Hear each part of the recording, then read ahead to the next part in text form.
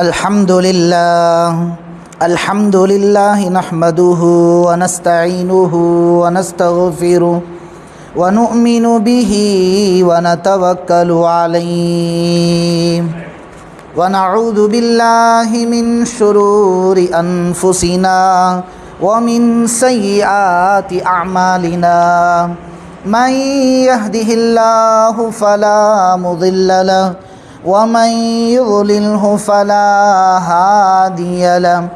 ونشهد أن لا إله إلا الله وحده لا شريك له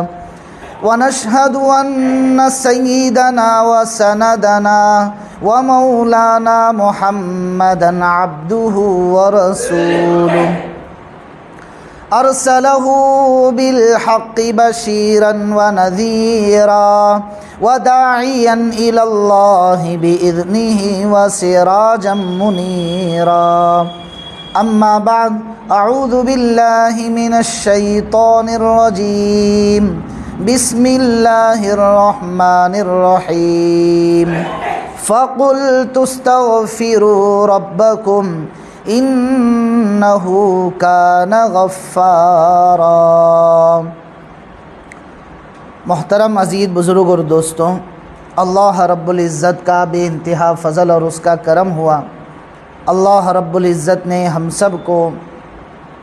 ایک بہت بڑی عظیم عبادت کے لیے یہاں پر جم کر جڑ کر بیٹھنے کی توفیق عطا فرمائی۔ عزیز بزرگ اور دوستوں، انسان دنیا میں اور آخرت میں کامیاب ہونے کے لیے ہر ایسے نت نئے طریقوں کو دنیا میں اختیار کرتا ہے کہ جس میں اس کا ارادہ اور اس کی نیت یہ ہوتی ہے کہ وہ اس میں کامیاب ہو، اور آخرت کی کامیابی حضور اکرم صلی اللہ علیہ وسلم نے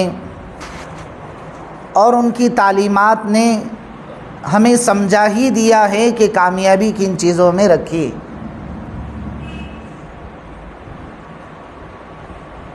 عزیز بزرگ اور دوستوں،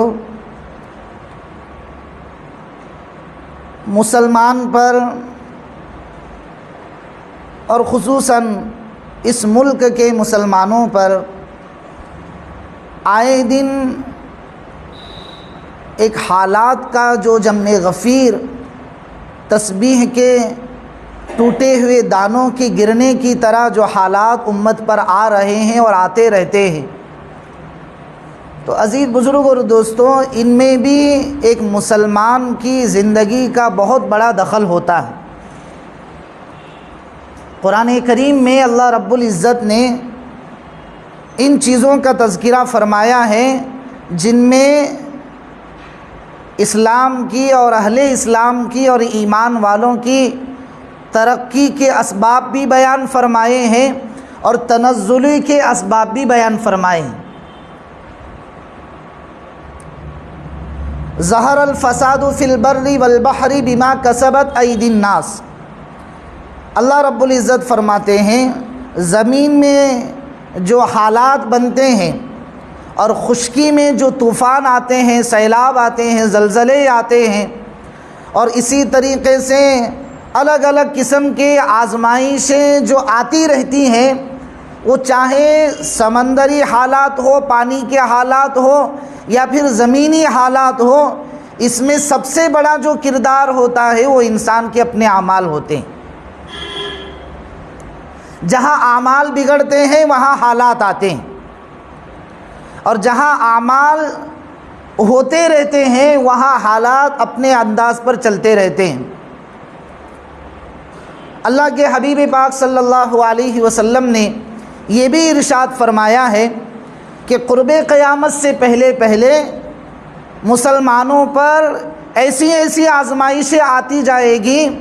اور ایسے ایسے حالات آتے رہیں گے جو حالات اور آزمائشیں ان سے پہلے ان کے بڑوں نے نہیں سنا ہوگا۔ اور اللہ کے نبی صلی اللہ علیہ وسلم نے مثال بھی یہ دی کہ جیسے تسبیح کا اگر کوئی ریشہ ٹوٹ جاتا ہے تو جیسے اس کے دانے ایک کے بعد دیگر اس تسبیح سے ٹوٹ کر گر جاتے ہیں، اسی طریقے سے اس امت پر حالات قیامت سے پہلے ایسے آتے رہیں گے جیسے تسبیح کے دانے ٹوٹنے کی وجہ سے گر جاتے ہیں۔ لیکن حالات میں کیسے ہمیں جمے رہنا ہے اور حالات میں کیسے ہمیں اللہ سے وابستگی رکھنی ہے، عزیز بزرگ اور دوستوں، یہ اصل امتحان ہوتا ہے۔ دنیا میں کوئی قوم ایسی نہیں ہے جو یہ دعویٰ کر سکتی ہے کہ اسے کسی حالات سے دوچار نہیں ہونا پڑا ہے اور وہ ترقی کر چکی ہے۔ اسی لیے پہلے کے پرانے لوگ یہ کہتے تھے کہ جو آدمی ترقی کرتا ہے چاہے دین کے لائن سے ہو اور دنیا کے لائن سے ہو، اگر اس کی اس ترقی میں کوئی آڑ نہیں آتا ہے تو مطلب یہ ہے کہ یہ کام کرنے والا اپنے کام میں سچا نہیں۔ وہ کیسے؟ وہ فرماتے تھے کہ وجہ اس کی یہ ہوتی ہے کہ ہمیشہ جہاں سچائی ہوتی ہے، ایمانداری ہوتی ہے، حق کا بول بالا ہوتا ہے، وہاں پر باطل آڑے آ ہی جاتا ہے، اور کوئی آ نہیں رہا ہے تو مطلب یہ ہے کہ ہم اس کام میں سچے نہیں۔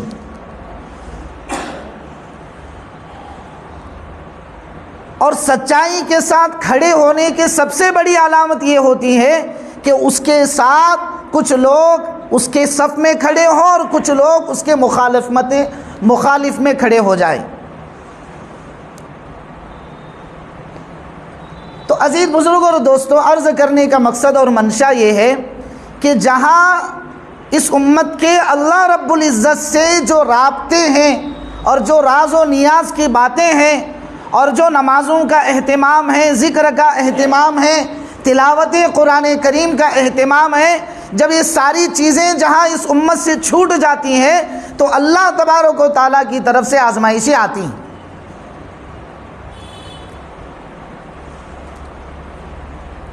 تو عزیز بزرگ اور دوستوں، آج کل جو مسلمانوں پر اور خصوصاً ہندوستان کے مسلمانوں پر جو حالات ہیں، وہ جہاں اس کی بہت ساری وجوہات ہیں، وہاں پر ایک وجہ یہ بھی ہے، ایک وجہ یہ بھی سامنے آتی ہے کہ ہمارا اللہ کے ساتھ میں جو رشتہ ہونا چاہیے، جو نسبت ہونی چاہیے، وہ نسبت، وہ رشتہ ہمارا مضبوط نہیں۔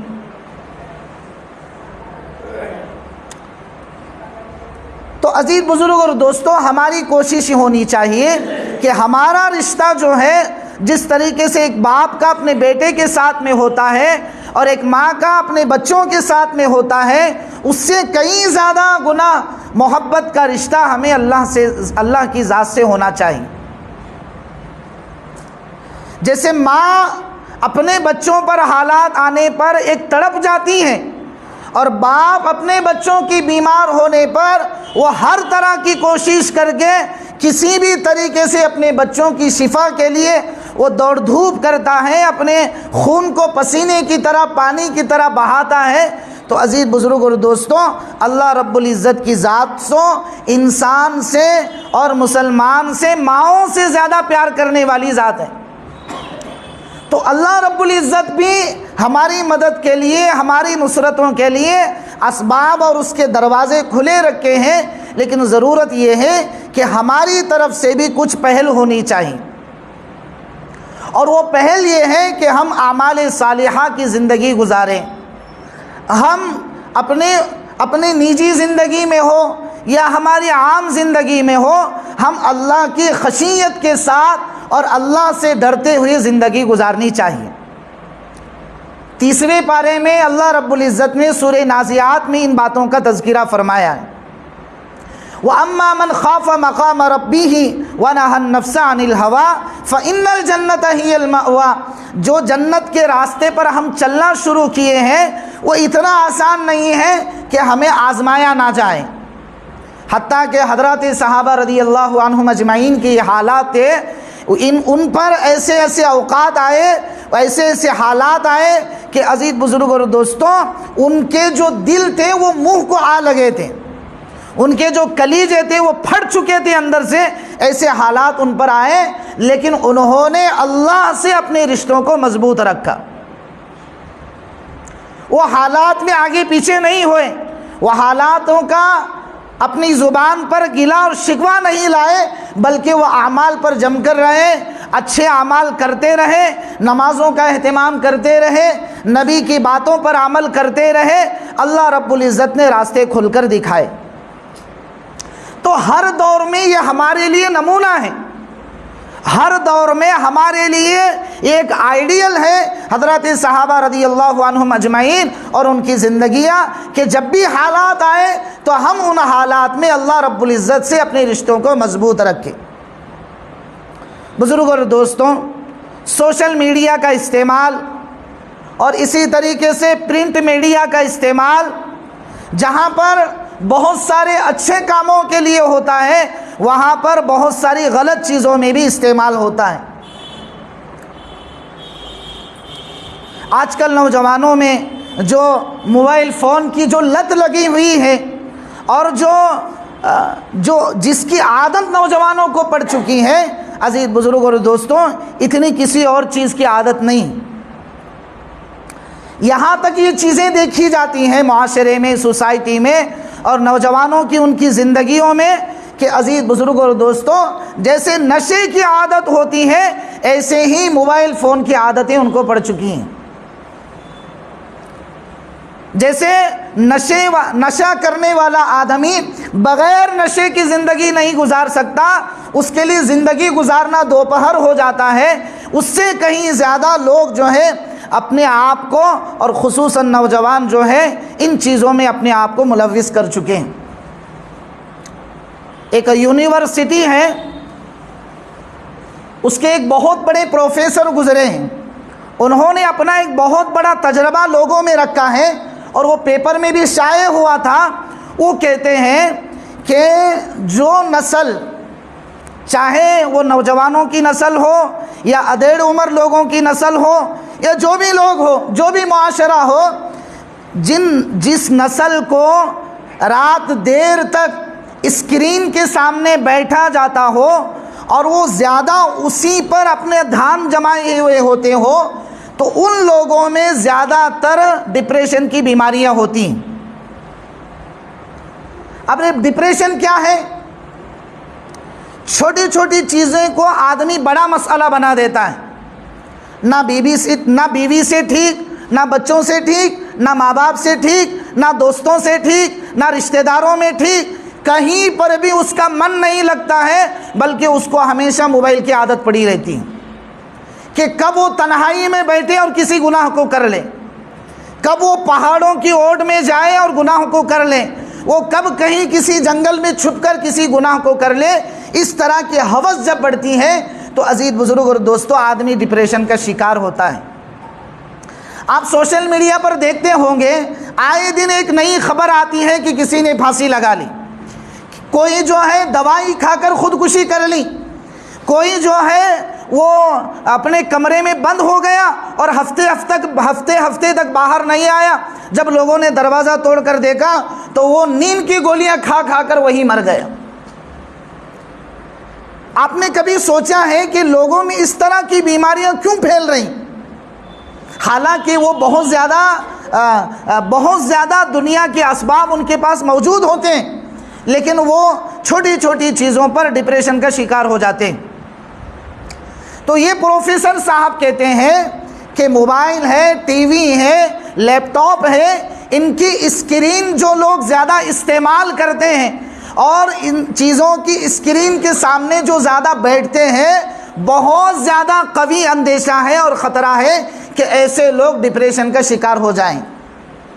اور بہت بڑی وجہ انہوں نے یہ بھی رکھی ہے کہ یہ بیماری کب انسان میں آتی ہے معلوم نہیں ہوتا ہے،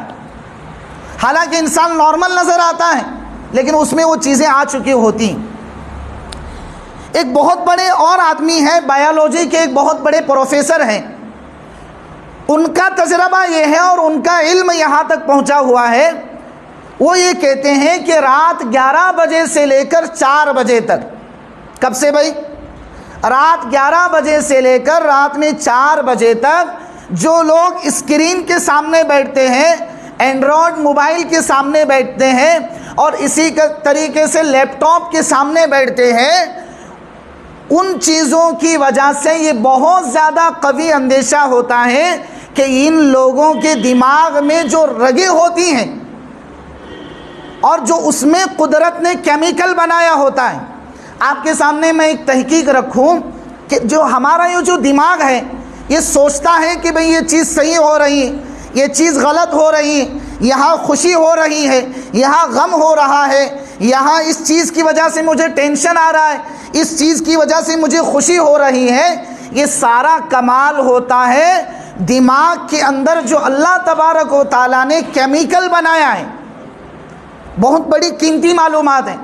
اس کیمیکل کا کام ہوتا ہے آدمی اگر کوئی خوشی کی چیز دیکھے تو خوش ہو جائے. دیکھیں نظام اللہ کا کیسے ہے. اور آدمی کوئی غم کی چیز دیکھے تو وہ غم زدہ نظر آئے، وہ کیمیکل کا کام ہوتا ہے. اب نئی تحقیق سامنے آئی ہے،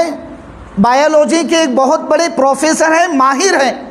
وہ یہ کہتے ہیں کہ جو لوگ اسکرین والی چیزوں کے سامنے زیادہ بیٹھتے ہیں رات 11 سے لے کر رات 4 بجے تک اور زیادہ ان چیزوں کو استعمال کرتے ہیں، ٹی وی، اسی طریقے سے موبائل، لیپ ٹاپ، کمپیوٹر، ان کے سامنے اگر یہ بہت زیادہ ان وقت میں بیٹھتے ہیں تو قوی اندیشہ اور خطرہ ہے کہ جو قدرت نے ہمارے دماغ میں کیمیکل بنایا ہے وہ کیمیکل بلاسٹ ہو جائے. اب وہ کیمیکل ختم ہو جاتا ہے کیسے؟ موبائل میں سے جو شعاعیں باہر نکلتی ہیں، اسکرین کی چیزوں میں سے جو روشنی باہر نکلتی ہے، وہ روشنی ہماری آنکھوں کے راستوں کے ذریعے سے اس کیمیکل کے جا کر اندر اس کیمیکل کو سکھا دی تھی. اب کیا ہوتا ہے؟ آدمی کو جب وہ کیمیکل سوکھ جاتا ہے تو آدمی بے چین رہتا ہے. یہ ایسا قدرت کا کیمیکل ہے دماغ میں کہ آدمی ہمیشہ ایک کوئی غم کے اندر رہتا ہے، ہمیشہ کوئی ٹینشن اس کو ہے، کوئی مجبوری سے ہے، اسی میں ہمیشہ یہ رہتا ہے. حقیقت میں ان پروفیسر کا یہ بہت بڑا انکشاف سامنے ہے کہ وہ جو ہے ان اسکرین کی چیزوں کی وجہ سے وہ کیمیکل سوکھ جاتا ہے اور آدمی بڑی بڑی بیماریوں کا شکار ہو جاتا ہے، جن میں سے ایک بہت بڑی بیماری ڈپریشن کی بیماری ہے، جس کی وجہ سے لوگ جو ہیں سوسائڈ کر لیتے ہیں، لوگ جو ہیں کسی اندھیرے کنویں میں جا کر گر جاتے ہیں، لوگ جو ہیں نیند کی گولیاں کھا کر مر جاتے ہیں، لوگ جو ہیں دوائیں پی کر وہ مر جاتے ہیں. اس کی سب سے بڑی وجہ اس یونیورسٹی کے بایولوجی کے ماہر کہتے ہیں کہ ڈپریشن کی بیماری کی وجہ سے یہ ساری چیزیں ہوتی ہیں. تو عزیز بزرگ اور دوستوں، عرض کرنے کا مقصد یہ ہے اور آپ کے سامنے یہ تحقیقات رکھنے کا مقصد یہ ہے کہ ہمارے نوجوانوں کو جو انٹرنیٹ کی سہولت آج کل بہت ہو چکی ہے، اس کی سب سے بڑی وجہ عزیز بزرگ اور دوستوں اور اس کا سب سے بڑا نقصان یہ ہوتا ہے کہ ہمارے نوجوانوں میں یہ چیزوں کی لت پڑ جاتی. اب دیکھیے، ماں چھوٹے بچوں کو کھانا بھی کھلا دیا تو ہاتھ میں پہلے موبائل لیتی، حالانکہ یہ ایسا ہے جیسے کہ زہر دینا ہے بچے کے ہاتھ میں. پہلے کے ماں باپ 10 بچوں کو پالتے تھے، ان کے پاس کوئی موبائل نہیں، پھر بھی ان کے بچے کھانا کھاتے. آج وہ بڑے ہو گئے اور آج کے ماں باپ کے پاس بچوں کو کھانا کھلانے کے لیے بھی موبائل کی ضرورت پڑتی،